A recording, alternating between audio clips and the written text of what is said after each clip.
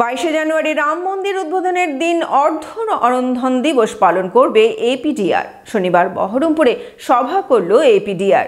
এই সভা থেকেই অরন্ধন দিবস পালনের ডাক দেন মানবাধিকার সংগঠনের সদস্যরা। মনোবীক্ষণ পলিক্লিনিক, চিকিৎসার জগতে এক দশক। এখন এখানে সব বিষয়ে ডাক্তারবাবু একসাথে তলায়।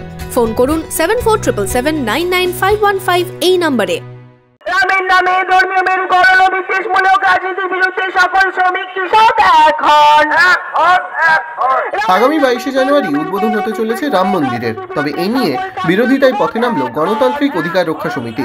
রাম মন্দিরকে সামনে রেখে ধর্মীয় বিদ্বেষ ঘটতে পারে আশঙ্কায় গণতান্ত্রিক অধিকার রক্ষা সমিতি। 22শে জানুয়ারি রাজ্যের পাশাপাশি মুর্শিদাবাদ জেলা জুড়েও অর্ধ অরন্ধন দিবস পালন করবে গণতান্ত্রিক অধিকার রক্ষা সমিতি। শনিবার দুপুরে বহরমপুর টেক্সটাইল কলেজ মোড়ে সভা থেকে এ কথাই জানালেন এপিডিআর এর সদস্যরা। আমরা খুব মর্মাহত, কারণ এপিডিআর এর পক্ষ থেকে আমরা মানুষের কাছে এটা বলতে চাই যে আগামী দিনে ভারতবর্ষটাকে কোন দিকে নিয়ে যাচ্ছে। ধর্মের সঙ্গে রাজনীতিকে মিলিয়ে নিয়ে একটা বিদ্বেষ ছড়ানোর চেষ্টা হচ্ছে শুধু নির্বাচনকে সামনে রেখে।